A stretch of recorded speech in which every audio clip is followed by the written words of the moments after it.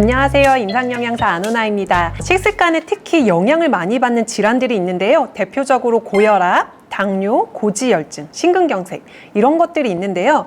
이러한 질환들을 어떻게 관리하면 좋을까요? 오늘 사연 하나 소개해 보고요.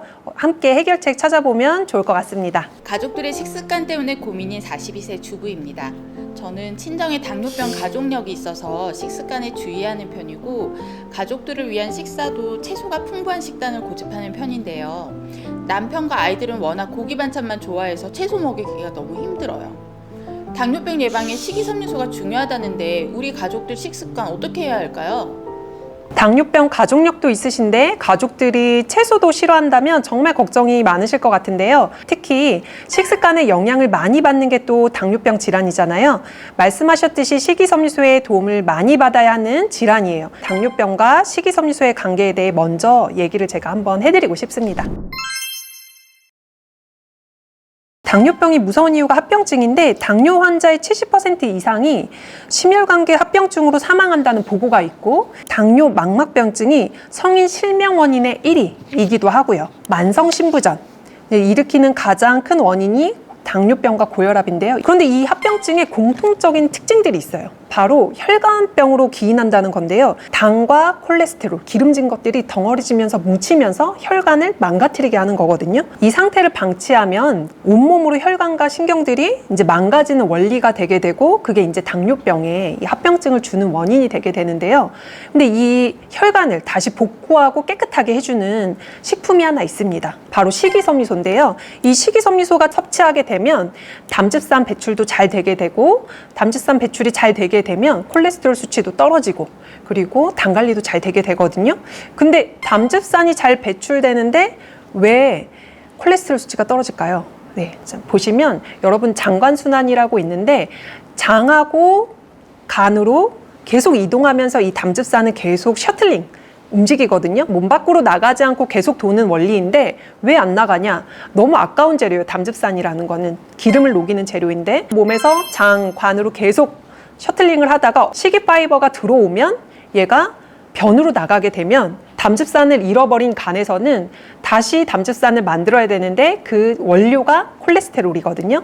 그러면 혈관에 있는 콜레스테롤을 다 가져와서 다시 담즙산을 만들면 혈관에 있는 콜레스테롤 수치가 좀 떨어지게 되는 거죠. 식이섬유소야말로 당뇨병에서 절대 식단에 빼놓을 수 없는 필수 요소라고 할 수 있을 것 같습니다.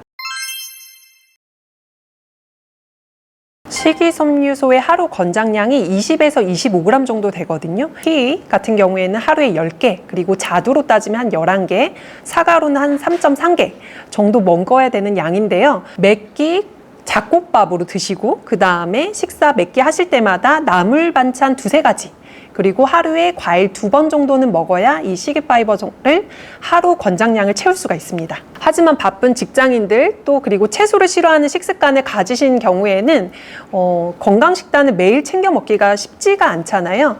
현대인들이 실제로 하루에 섭취하는 게 식이섬유소 권장량의 반이 못 미친다고 합니다. 평상시에 건강한 식단으로 채우면 더 좋겠지만 여건이 따라주지 않는다면 부족한 부분은 시판되는 제품으로 좀 채우셔도 괜찮거든요. 10에서 15 정도 믿을 수 있는 제품으로 꼼꼼하게 잘 고르시면 좋겠습니다.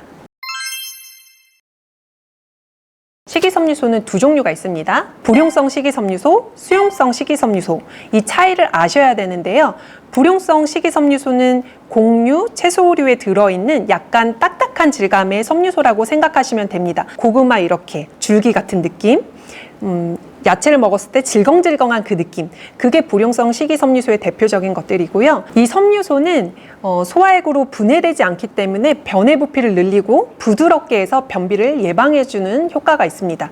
한편 이제 수용성 식이섬유소는요, 수분을 흡수하기 때문에 당분, 콜레스테롤을 흡착해서 변으로 내보내기 때문에 변비뿐만 아니라 당의 흡수 속도를 늦춰서 당뇨병 예방에도 도움이 되고 치료에도 도움이 되고 오랫동안 포만감을 느끼게 해서 체중 조절에도 도움을 줍니다.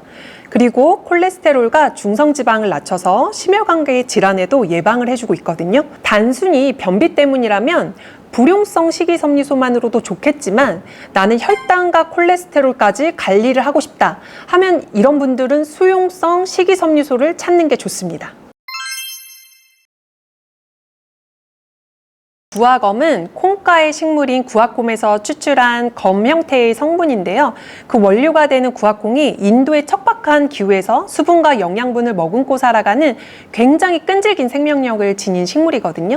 그 영양 집합체인 배유를 물 분자를 이용해서 가수분해해서 잘게 쪼개 놓은 상태를 구화검 가수분해물이라고 합니다. 이 구화검 가수분해물의 놀라운 기능성은 1980년도에 들어서야 세상에 밝혀졌는데요. 현재는 미국, 일본 등 선진국에서 90% 이상 소비되고 있고 수많은 100여 건 이상의 SCI급에서 논문에서 연구와 안정성의 그 효과가 충분히 검증된 원료이기도 합니다. 이제 한국에서는 1, 2년 전부터 알려지기 시작했고 현재 온라인에서 검색해 보면은 제품을 찾아볼 수가 좀 있는 것 같습니다. 미국의 저명한 학회지인 임상영양학회지에 따르면 당뇨병 환자에게 구화검 가수분해물을 6주 동안 하루 4번 섭취하게 했더니 공복혈당은 19.5%, 당화혈색소는 7.2% 감소했다고 합니다. 그리고 총 콜레스테롤도 14.7% 감소했고 몸에 해로운 LDL 콜레스테롤은 16.3% 줄었다는 보고가 있습니다. 꼭 당뇨병 환자가 아니더라도 정상인도 식후 혈당이 급격히 올라가는 일명 혈당 스파이크가 위험한데요. 영국 영양학회지에 실린 연구에 따르면 구화검 가수분해물이 포함된 시리얼을 정상 체중의 건강한 성인에게 아침 식사로 제공한 후 식후 혈당 변화를 4시간 동안 관찰한 결과 혈당 피크가 20% 이상 낮아졌다는 보고가 있습니다.